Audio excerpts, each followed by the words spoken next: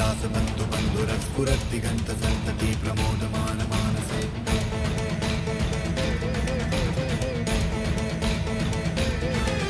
कृपाकटाक्ष धोरणी निवृत्त दुर्धरापति क्वचित् दिगंबरे मनो विनोद मे तु वस्तुनि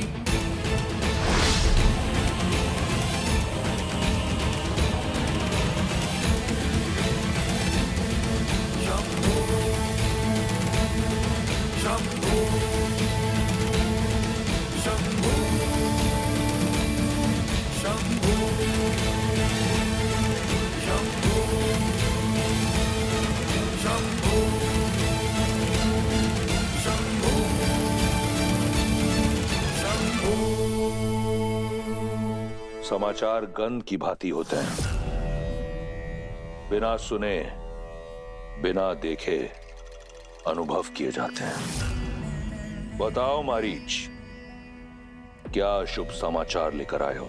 सूचना ये है, विद्युत जीवा ने पाताल लोक में शरण ले ली है। जब तक वो बाहर स्वयं आना ना चाहे तब तक पकड़ना असंभव है महाराज। पाताल लोक तो ब्रह्मा ने नाग, दैत्य, दानव और कालकेयों को दे दिया है। ये तो माया और मंत्रों से रक्षित है भैया। बिना आमंत्रण वहां के मायावी द्वार किसी के लिए नहीं खुलते। इतने कठोर ना बनिए, बहनोई है वो आपका। माना भूल की है उसने, किंतु संबंध की गरिमा तो समझिए। दया और क्षमा का स्थान सदा प्रतिशोध से ऊंचा होता है। भैया, वैसे मुझे भी उससे कोई स्नेह नहीं, परंतु संबंध को झुठलाने का साहस नहीं है मुझ में। मेरे पुत्र के पिता हैं वो।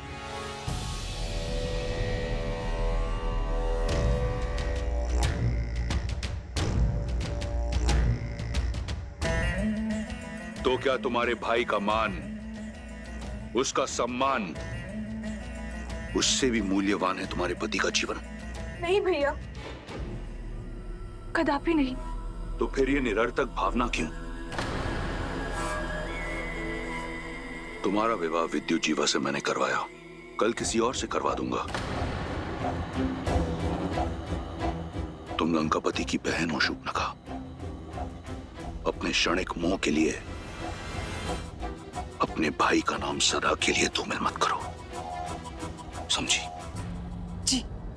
जी भैया, मुझे क्षमा कर दीजिए।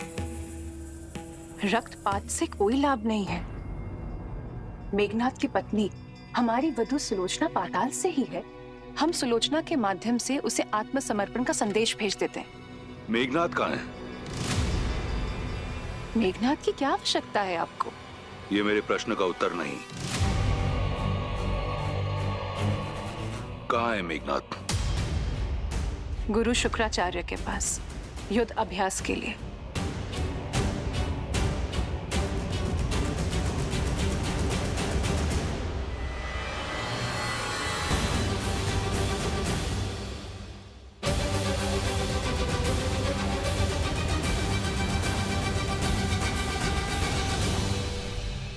अति उत्तम, सच्चा शूरवीर है मेघनाथ। इंद्र को हराकर इंद्रजीत बन चुका है। इस समस्त संसार में उस जैसा महारथी कोई नहीं। परंतु अब भी वो संतुष्ट नहीं।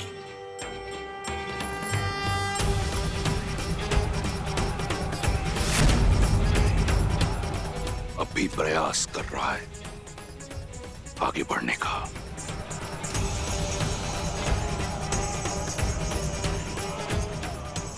मारीच, मेरे पुत्र को बुलाकर लाओ। जी महाराज।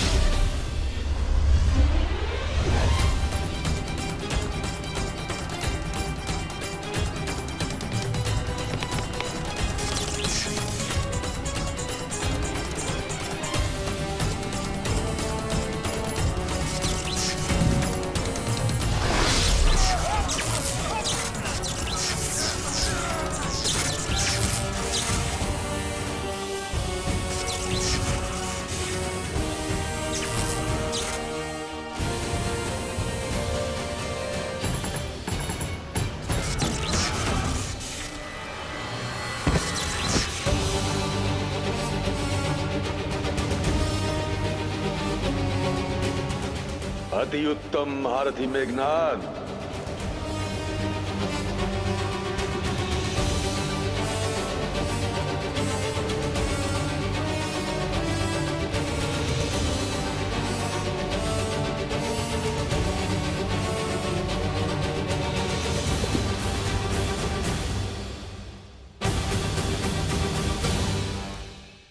कल्याण हो। ये सब आप ही की शिक्षा और आशीर्वाद का परिणाम है गुरु शुक्राचार्य। ये तो तुम्हारा बड़प्पन है मेघनाद, जबकि सत्य तो ये है कि योग्यता से अधिक कभी किसी को कुछ नहीं मिलता। और मुझे पूर्ण विश्वास है कि असुरों में सबसे महाबली राजा बलि के बाद यदि कोई है तो वो केवल और केवल तुम हो, जो इस धरा पर, इस संसार में असुर धर्म को स्थापित कर सकता है। असुर साम्राज्य के ध्वज को यदि हर दिशा में फहरा पाऊं तो ये मेरा सौभाग्य होगा गुरुवर।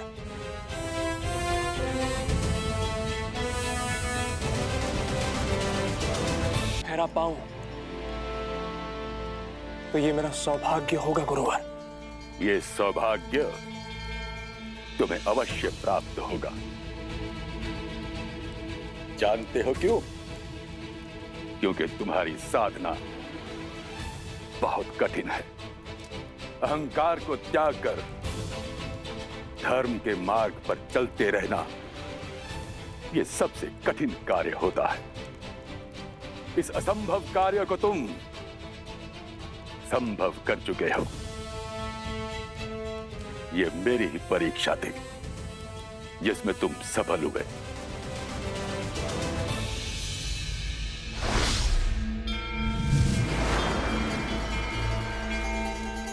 देवताओं को तुमने अपने वश में किया। इतना शक्तिशाली होने के पश्चात भी अभिमान तुम में किंचित मात्र भी नहीं है। तुम धर्म के मार्ग पर डटे रहे। तुम चाहते तो अपने शत्रुओं को, इन देवों को समाप्त कर सकते थे, किंतु तुमने ऐसा नहीं किया। तुमने केवल उन्हें मूर्छित करना उचित समझा। मुझे तुम पर गर्व है मेघनाद, और तुम्हें बधाई हो। आज तुमने एक और अति शक्तिशाली अस्त्र नागपाश प्राप्त किया है।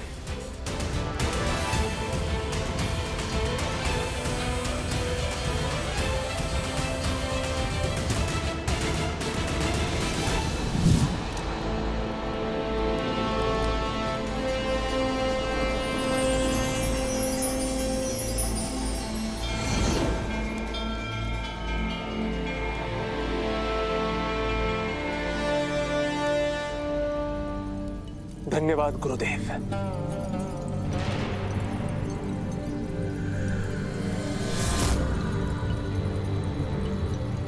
असुराचार्य की जय हो।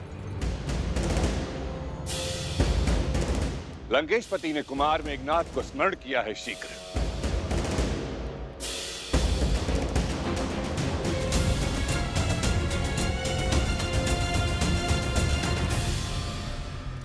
आपके साथ वन में ही जाएंगे, हम भी आपके साथ वन में ही जाएंगे प्रभु।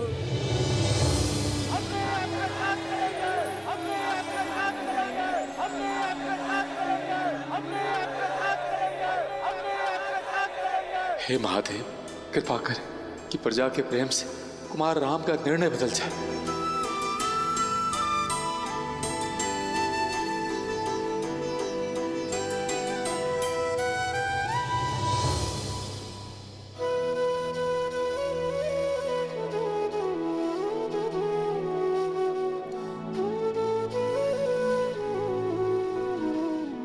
जैसे आप सबकी इच्छा। आप सभी मेरे साथ रहे, किंतु संध्या होने को है। हम सब आज रात्रि यहाँ तमसा नदी के तट पर विश्राम करेंगे। सही न सके रघुबर बिरही, चल लोग सब व्याकुल भागी,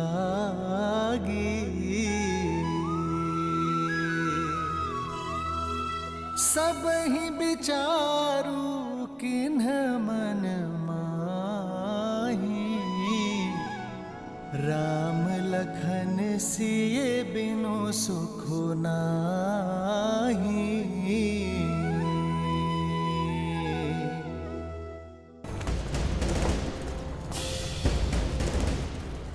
महाबली मेघनाथ की, महाबली मेघनाथ की, महाबली मेघनाथ की, महाबली मेघनाथ की, महाबली मेघनाथ की, महाबली मेघनाथ की।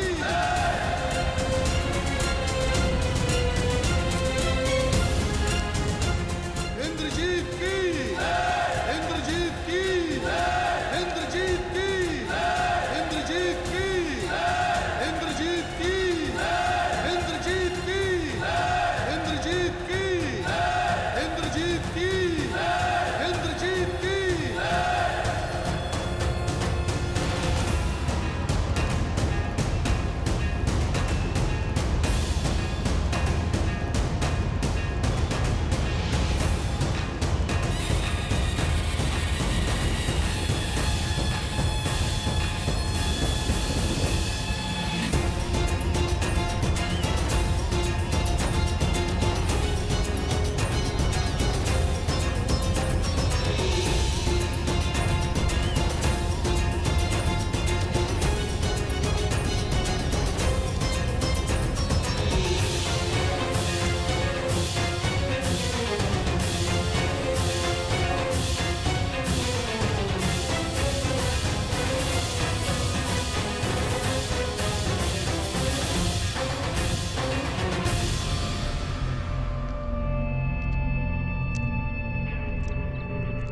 माता,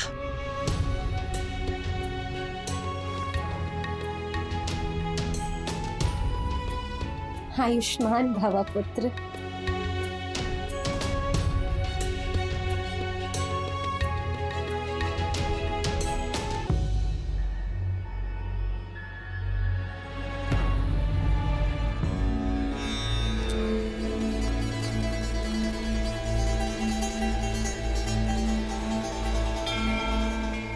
मेघनाथ, पिताश्री।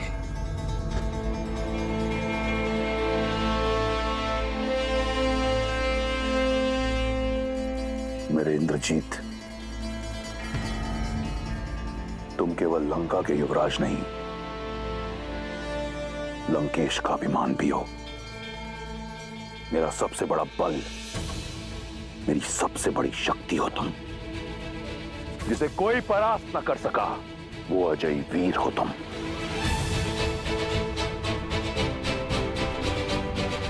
आपने स्मरण किया पिताश्री, बताइए वो कौन सी समस्या है जो आपको विचलित कर रही है? मैं उसका निवारण करने हेतु सज्ज हूं। इस संसार में ऐसी कोई समस्या नहीं जो तुम्हारे पिता रावण को विचलित कर सके। परंतु तुम जानना ही चाहते हो तो सुनो।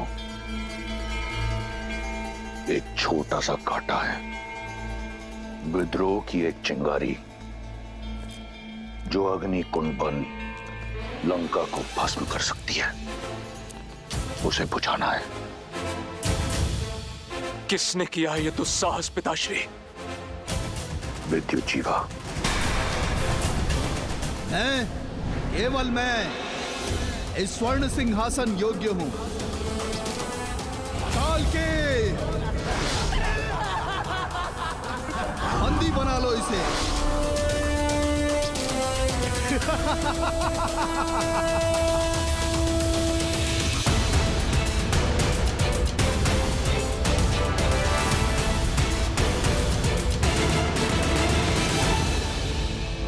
समझौते का द्वार बंद मत कीजिए पिताश्री। वो शोभना बुआ के पति हैं, उनके पुत्र के पिता है वो।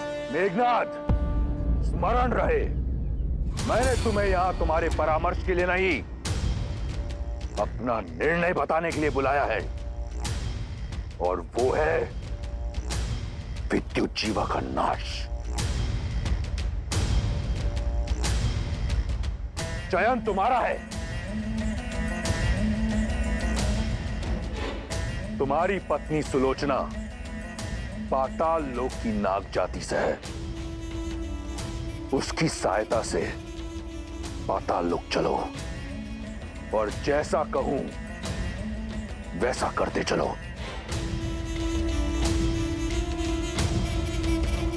पाताल के कुछ नियम हैं लंकेश, उन्हें तोड़ना मृत्यु को ललकारना है, जानते हैं ना आप? फिर भी मेरे पुत्र के प्राण को संकट में क्यों डाल रहे हैं आप? राज्य के नियम राज करने वाला निश्चित करता है, और अब पाताल लोक पर दशानन का राज होगा। पुत्र, पितृ मोह में धर्म से विमुख मत होना। अपने धर्म पे टिके रहना। जी माता।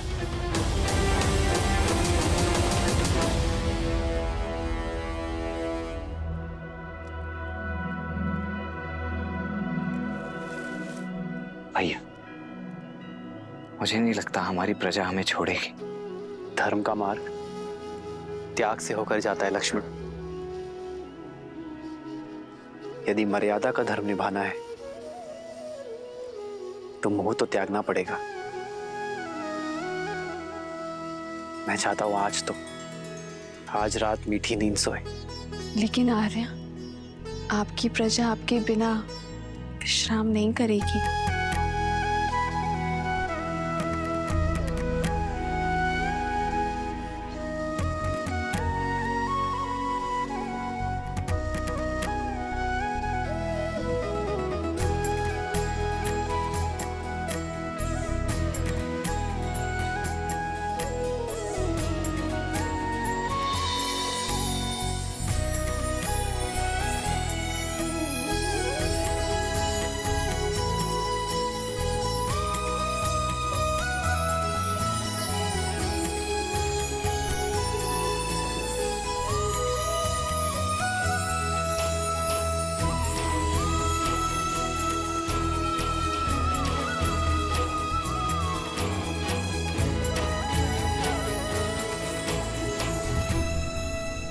इस वनवास में मेरा उत्तरदायित्व तो होगा कि मैं दिन रात अपने भैया और भाभी की सेवा कर सकूं। मुझे दिन रात जागना है, अपने भैया और भाभी की सेवा में स्वयं को न्यौछावर कर देना है।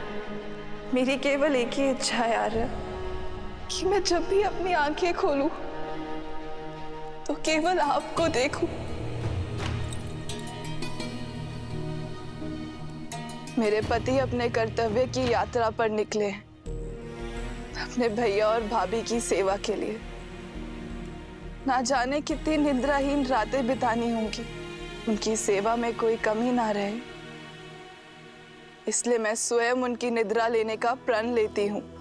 मेरे पति के कर्तव्य प्रयत्न में कोई अवरोध ना आए, 14 वर्ष तक अपलक वो अपना धर्म निभाए, ये आशीर्वाद देना प्रभु।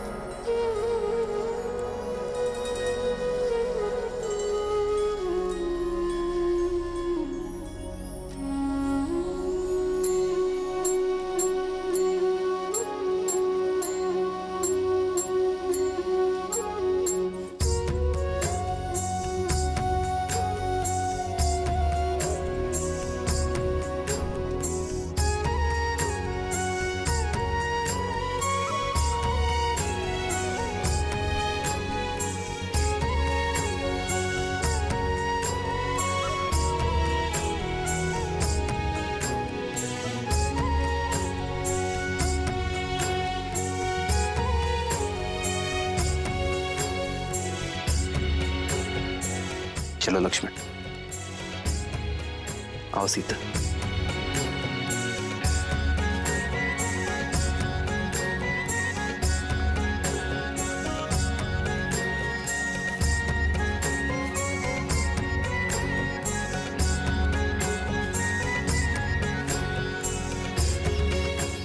अमात्य, बिना किसी आहट के आप रथ को अयोध्या की सीमा के उस पार श्रृंगवेरपुर की ओर ले चलिए। हम कुछ देर आपके पीछे चलेंगे ताकि किसी भी ध्वनि से प्रजाजन की नींद ना टूटे, अन्यथा ये लोग हमें कभी जाने नहीं देंगे। ये सब आपकी प्रजा है कुमार राम, जो मन से आपको राजा स्वीकार कर चुकी है, अपना सर्वस्व मान चुकी है। कितने प्रेम से आप पर विश्वास करके सोए हुए इन्हें इस प्रकार छोड़कर जाना, इनके साथ छल होगा। 14 वर्ष का वनवास मुझे मिला है अमात्य, अयोध्या की प्रजा को नहीं। यदि इन्होंने मुझे राजा माना है तो राजा के निर्णय को भी स्वीकार करना होगा। एक राजा को अपनी प्रजा के उज्जवल भविष्य के लिए कई बार कठोर निर्णय लेने पड़ते हैं। इनका मुझसे मोह मुझे और इन्हें दोनों को धर्म के पथ पर चलने से रोकेगा। एक राजा का धर्म होता है कि वो अपनी प्रजा को हर भाव से मुक्त करे जिससे उन्हें हानि हो, जिससे उनका भविष्य बिगड़े। इसलिए इनके मोह से इन्हें मुझे मुक्त करना होगा। लक्ष्मण, सीता, हमें इन्हें भी प्रणाम करना चाहिए। ये साधारण मनुष्य नहीं रहे। इनका हमारे प्रति निश्चल प्रेम और अपार स्नेह इन्हें देवतुल्य बनाता है।